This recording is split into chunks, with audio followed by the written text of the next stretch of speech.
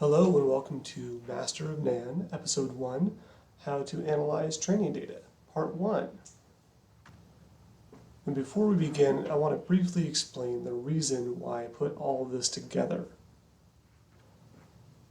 Over the past few years, as I've struggled along in my analyst journey, I've realized that there is a significant gap in tutorials and information out there on how exactly to analyze data from a learning management system, aka training data.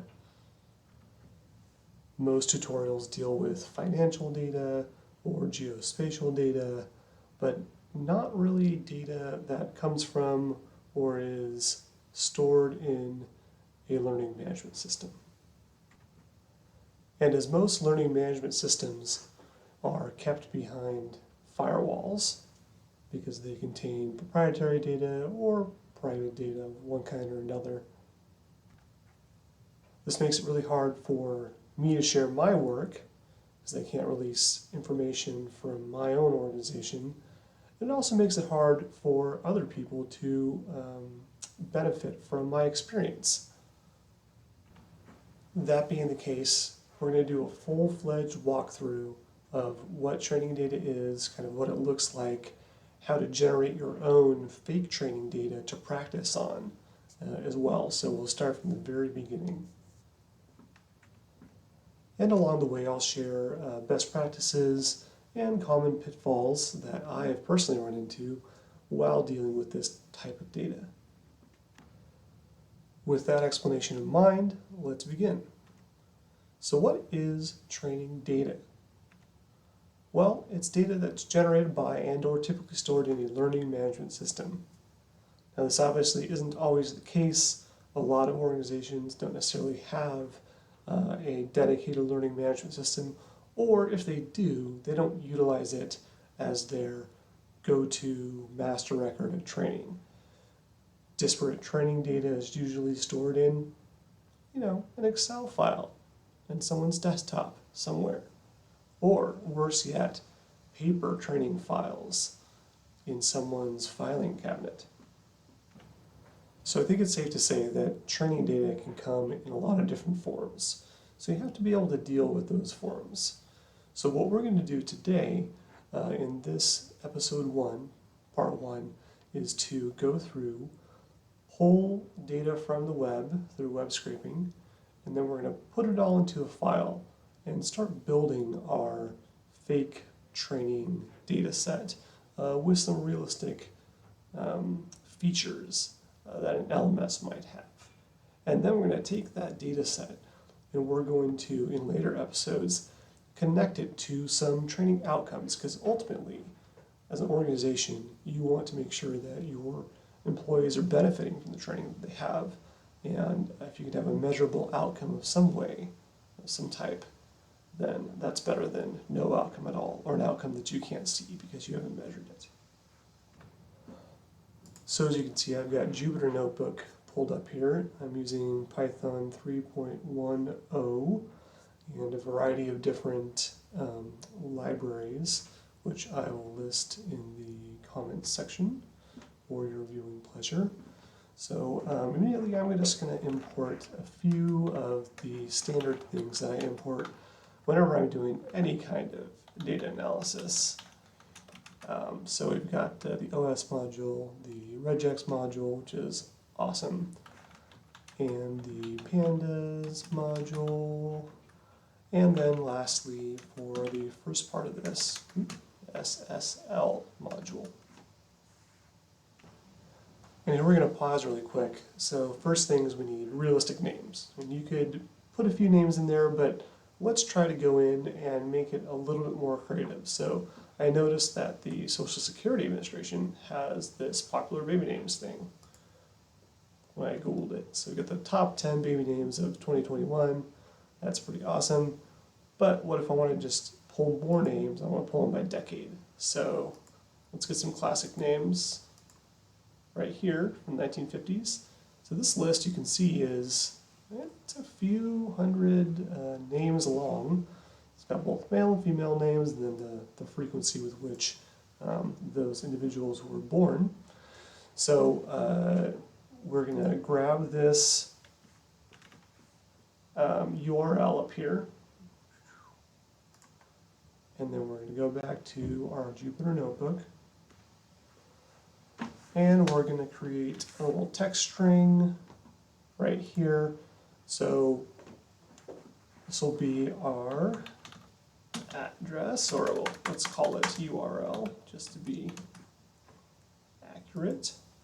So one thing before we move on is that we can just use names from the 1950s, but if you go to the site, you'll notice that this little portion right here, the website is actually named, all the addresses go through 1960s, 1970s, 1980s. So you can actually iterate through this and get a lot more names. So we're actually going to do that today. So first things first, we'll just run this. So we've got our stuff right there. And then we're going to create a year range so we can iterate through this. So we'll use the numpy arange function, and we'll go from 1940, let's say, to 2010. Actually, we're going to say 2020 because we're going to increment in tens right here. So here's our age range, and we're going to just print this. This probably isn't going to give us what we want here. Ta-da! Yay!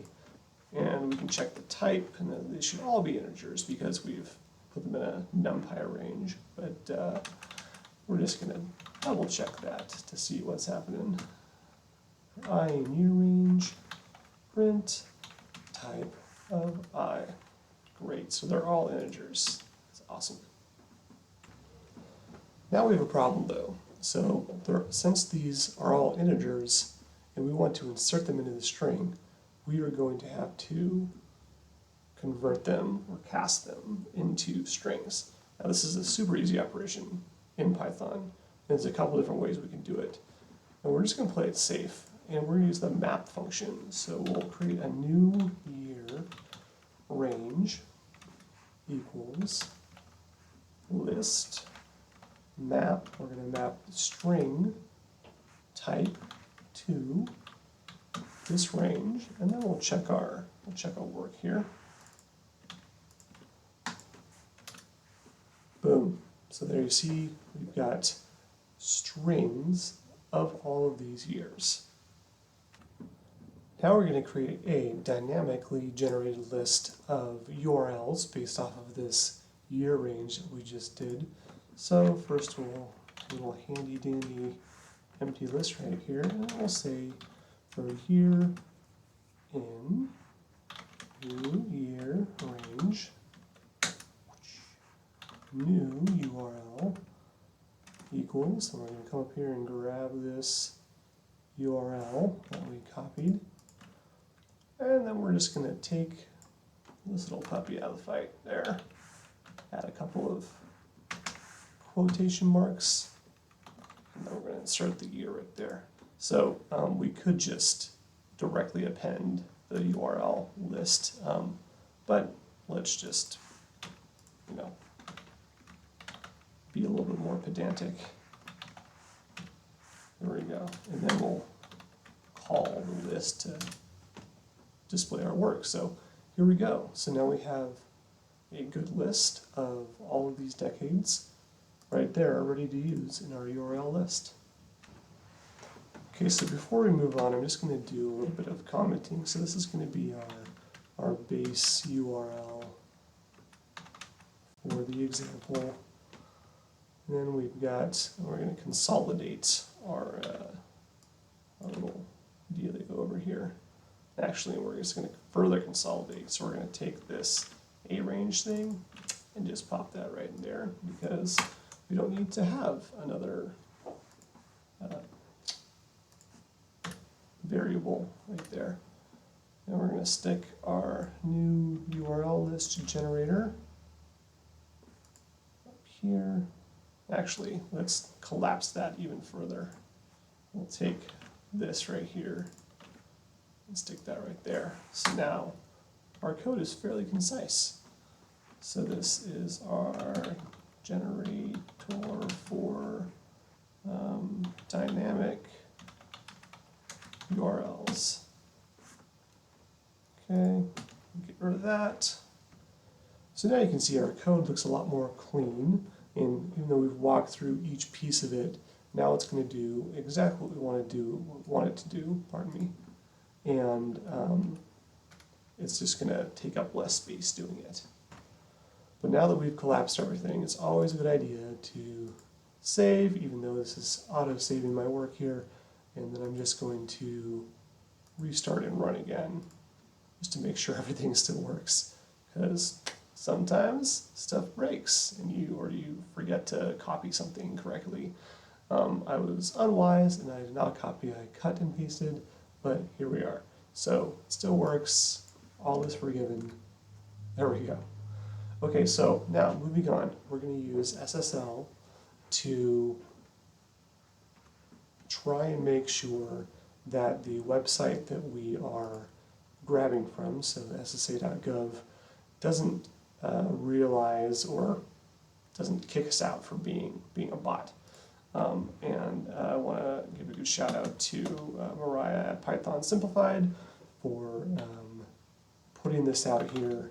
So we're going to say ssl.create default HTTPS context equals ssl dot underscore create underscore unverified underscore context.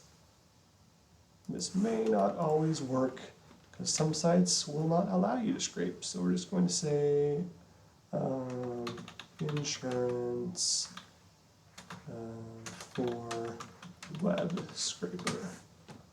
Okay, and we're going to run this, and then we're going to go on to the next little bit here. So now we're going to use the pandas read HTML library to pull the HTML tables off of this web page from Social Security Administration. So there's a few different ways that you can do stuff. This is a great, very easy, kind of like high-level API for web scraping HTML tables. So when you know that something, or you suspect something's in a table format, this is a pretty good first stop. So just like before, we're going to create a little handy-dandy table list. And if you don't like lists, I mean, you can use sets if you'd like to, potentially. Lists, in this case, when you're doing just kind of a small scale project, it's kind of perfect because they're really easy to deal with, and you don't run into too many issues with them, and you can sub-index them and all that stuff. So I prefer using lists for this, but again, there's other things that you can do. So now we're going to iterate through the URLs in the URL list. So we'll say for my URL in URL list. We'll say this will be a new table equals pandas, okay, pd read HTML my URL, and then we will append our lovely list with the new table. Now let's see if this gives us any errors here. It might just take a little bit because we're going through 8 different sites. Okay, so no errors. That's pretty cool. Now we'll just check the length of the table list to see how many we got. So we got 8, so that's good. Delete that. And now let's inspect the first table on the list. So here we go. It gives a little synopsis down here, 201 rows, 5 columns. say type is a list. Okay, apologize for that. Had to go in and forgot temporarily. So when you go into this, it's going to give you like a list. Then you have to subindex the list with another list.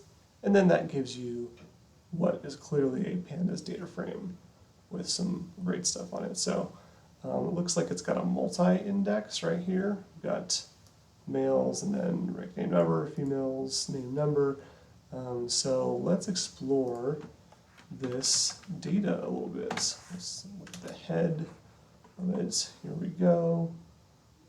Let's check out the columns. Columns to lists, just because it's easier to read. Ah, here we go. Multi-indexed. Gotta love that. So the multi-index presents us with a particular kind of problem. Hope is that amongst all of these tables that we pulled here in this list, that the structure is basically the same. So here's how we'll check. We'll say for table in range 0 to 8,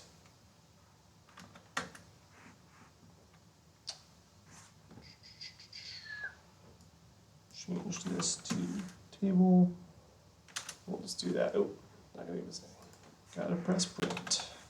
Print these lovely lists. Okay, so we do have the same structure in each of the tables, which is awesome, which means that we had a couple different options here for dealing with this particular issue. So, first option. I'm going to show you the worst one first. So let's take table 1, or table 0, I should say right here. So you got a multi-index, so there's, let's assign it to a test variable. Okay, we'll call it df test. And we'll take the header off. Okay, so we know that df test is going to look like this. And be right there. But we're actually, instead of doing that, first thing we'll do is we'll actually transpose it. And then we'll take a look and see what the header of this one looks like. So, okay, right, the header is now the index, the previous index of the other one. So that's good. But it looks like, according to what's being highlighted here, that we still have this multi-index problem. So what we're going to do now is we're going to unstack. So we'll call this df2. We'll say df test unstack. And then we'll call df2 head and take a look at what that looks like. Okay, that's better, right? We've got this interesting kind of issue over here. So now we're going to transpose it again. And you can see this is kind of like ungainly to do this. It takes a lot of steps. Okay, so now I've got this right here where we have a female column and a male column.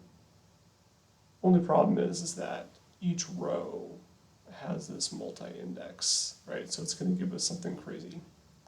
So now we have to reset the index. So we'll use the reset index. So the in place will be false. And we're not going to drop the index, so that will also be false. And then we'll do a little header here. Ta-da!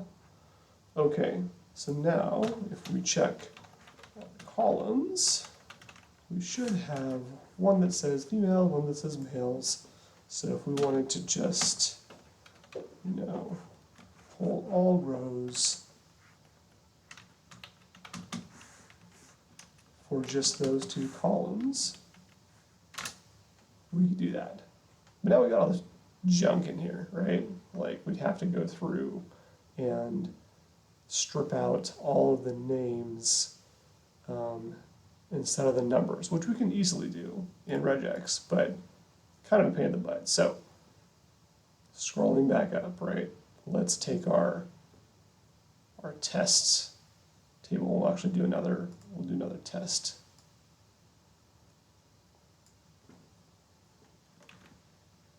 So here's the other way, the faster and cleaner way of doing this.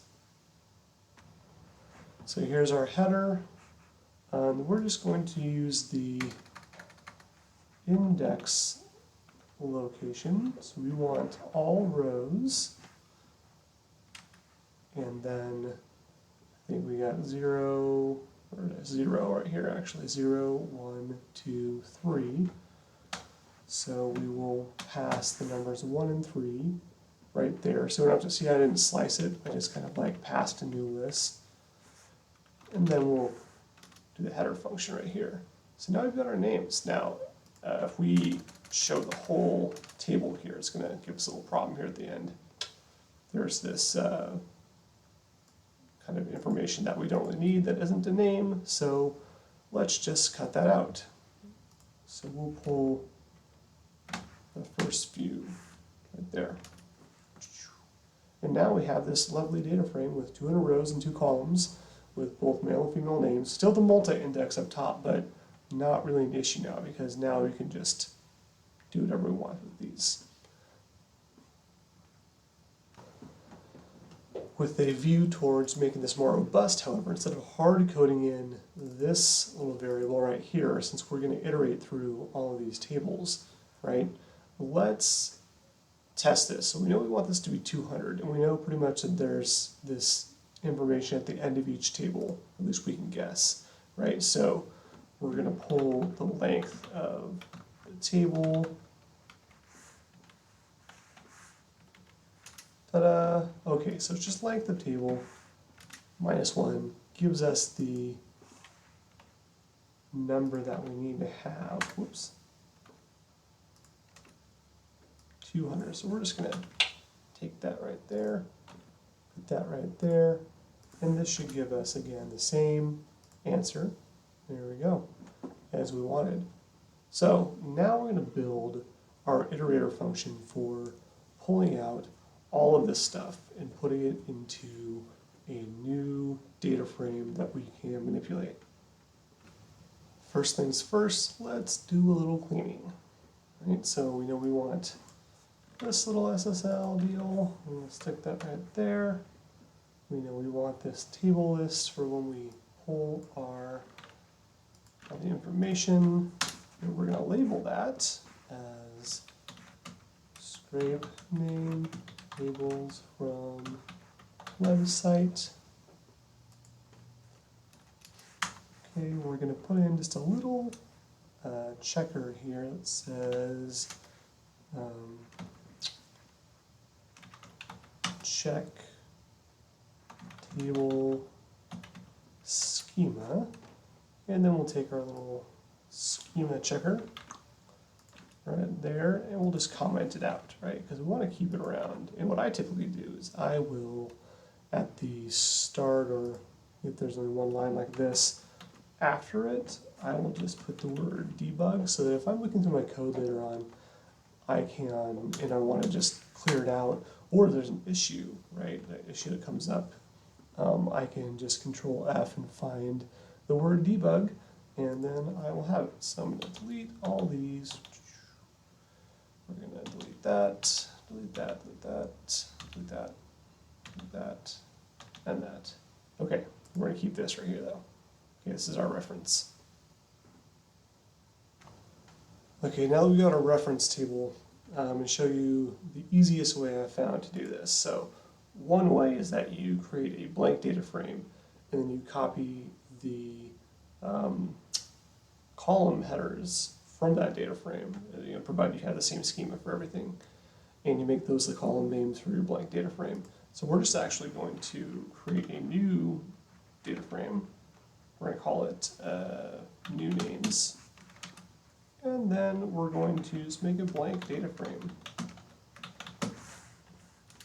can see what new names looks like if you call it right there. It's blank. It's got nothing in it. But if you, whoops, my bad. If you type in new names, you can see it's still the data frame, even though it holds no information. Now we're going to iterate through the table list, right? So for table in table list, we'll say rent type table list. Okay, so remember we have to go and access the next interior function right there. There's all of our tables, all of our data frames. So now we know we need to grab that. So we will get, let's see here. We want to grab all this stuff.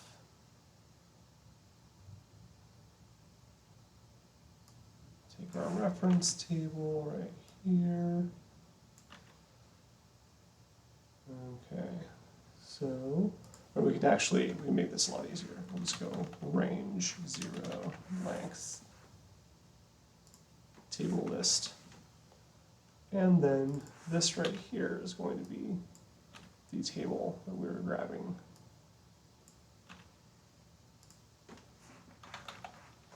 And we can just test it out again by printing the columns. Goodness gracious. Type today. There we go. So we have all the same column types. That's great. But now what we want to do is we want to concatenate new names. So we'll actually call new names. So new names equals pd concat. Then we have to add a list. So take away the columns here. So you can see that this is for that. So our first one in this list is going to be new names, right? Because we want to concatenate it to itself and as it iterates through. And then we want to make sure that we are concatenating on the row axis instead of the column axis, because we don't want it to be joined together that fashion. We just want to tack the new ones onto the end. Okay, so here we go. And we will actually say as well, we're going to ignore index true, and that should just tack everything on. So now, currently, we have an empty new names frame. Let's go through. Now, if we check the length of new names, 1600. Now let's just take a quick peek at what the top 30 lines look like. Okay, that's our top 30 lines. Let's look and see what our bottom, our bottom 30 lines looks like. Okay, great. So, got all these different names. There's probably some duplicates in there. So we're going to take care of that in just a minute. But first things first. Okay, here we go. So now we've got all our names in there. Again, let's do some cleanup, right? So this will be just for debug. And we'll comment it out.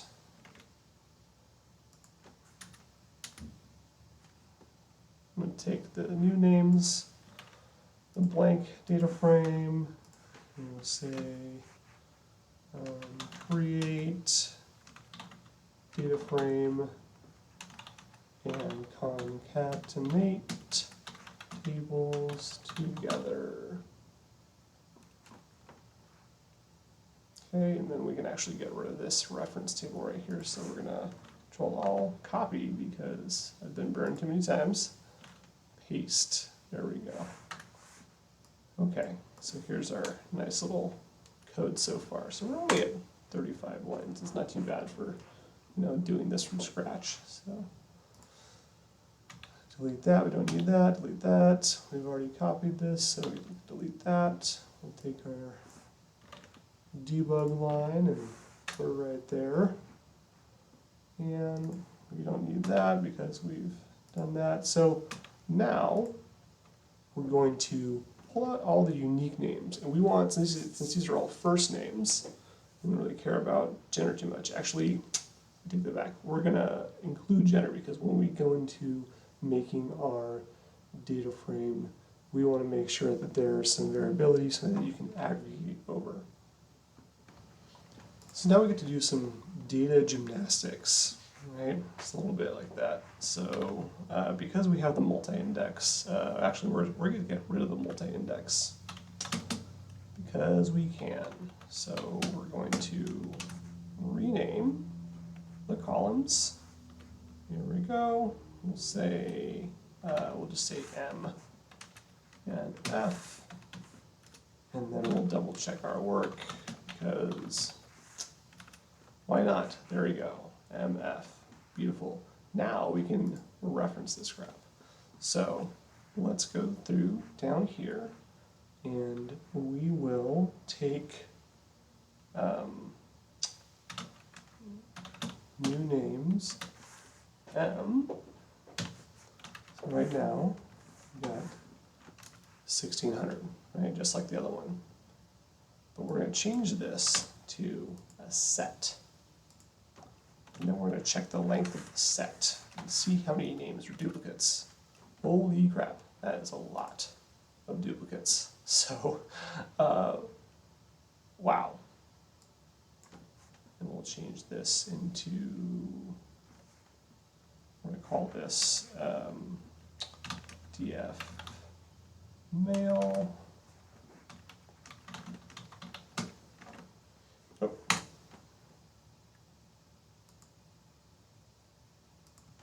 Past set, and we will call it columns equals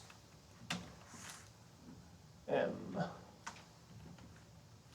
And then we'll just check our work again. Okay, and then if we check the length of this, it should say 468 or whatever that was.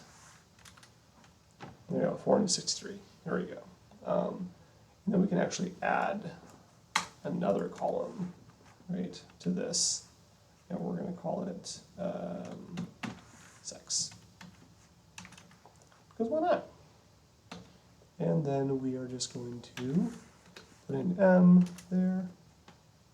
Now if we pull up df male, look at the head, now we've got our one column right there, and we're going to do one more thing. What we should have done actually up here was, let's say,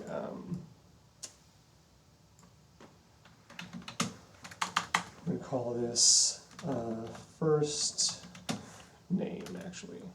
There we go. Then we'll add that to it. Now, if we pull it up, there you go. So this will help us when we concatenate later. So we'll do the same thing for the female column here. And we will go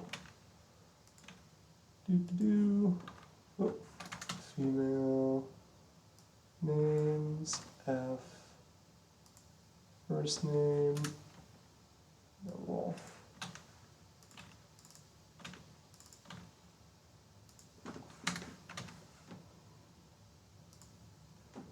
and then as always, we'll check our work. Okay, great.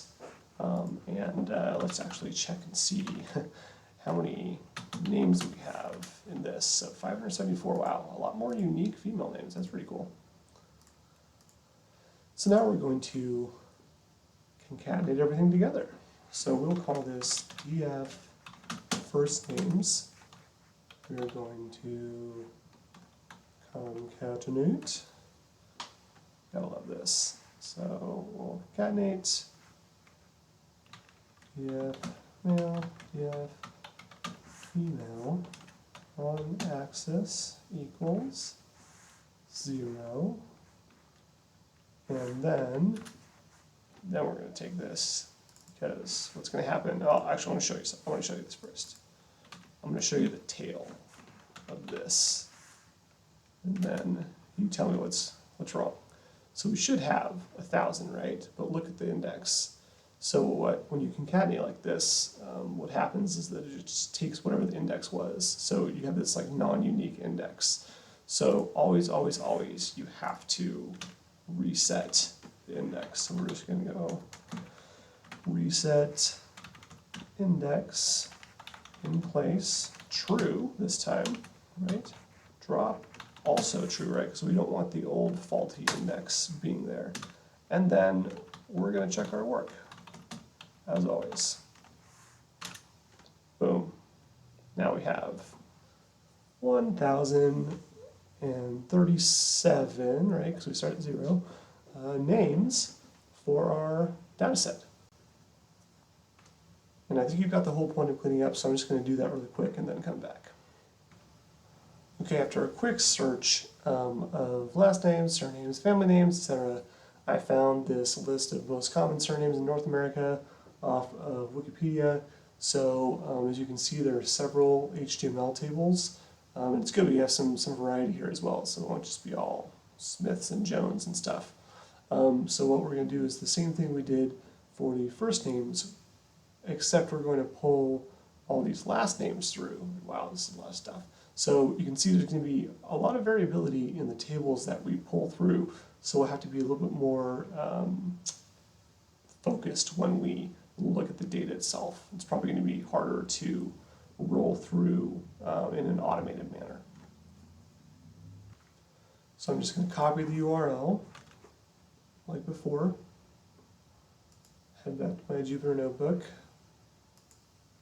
We're going to call it surname URL right there. Since we shouldn't have to mess with that, we're just going to run it. Okay. And then surname tables equals PD read HTML surname URL. And then we're going to check out the length of our new variable and see what happens.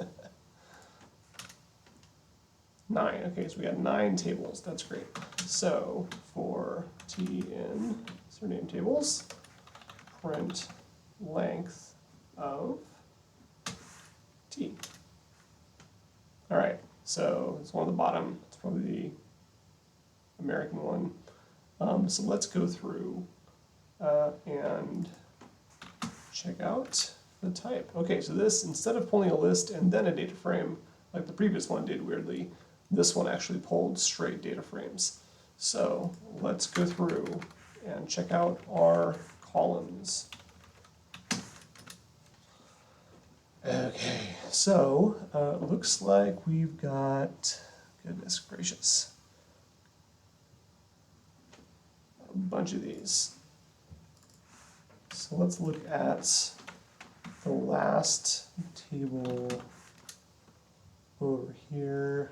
Oh, this must be the overall table, the one that was really long. It's like 100. Name, rank. Let's look at the second to last one. Okay, oh yes, that's the American one. So this actually shouldn't be too bad, because what we can do is all of these either say surname or name for the name. So we can just iterate through this, right? We'll say if name in T columns or surname in T columns. Okay, actually, before we go on, I forgot. We got to make our little blank data frame up here. So we'll say pull surnames, and then this one will be df surnames equals data frame none. Right, so empty data frame. So if name in T columns to list, or pardon me, surname in T columns to list, then df surnames equals pd concat first one, and then we'll have goodness, be the T locate. We want all rows, but we only want the, oh, actually, we'll have to do this. So name columns, that's the locate function. Here's our thing, axis equals 0. So we're going to have to do an else if statement. I apologize. There we go. All right, so there's our concat statements. So elif, we got that or. Great. And we'll just copy this fun statement right here.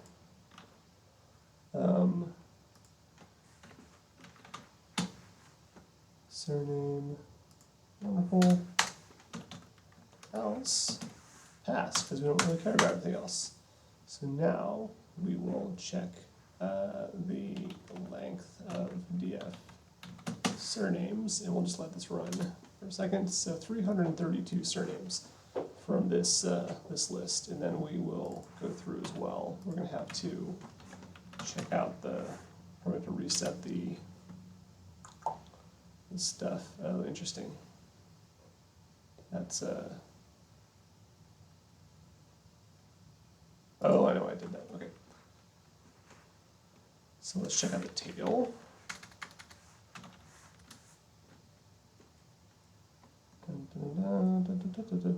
Right, so we have stuff in the names and stuff in the surnames. So that's super annoying. So what we're going to do is we will reset our index in place, true, drop, true. There we go. And then we will make a calculated column called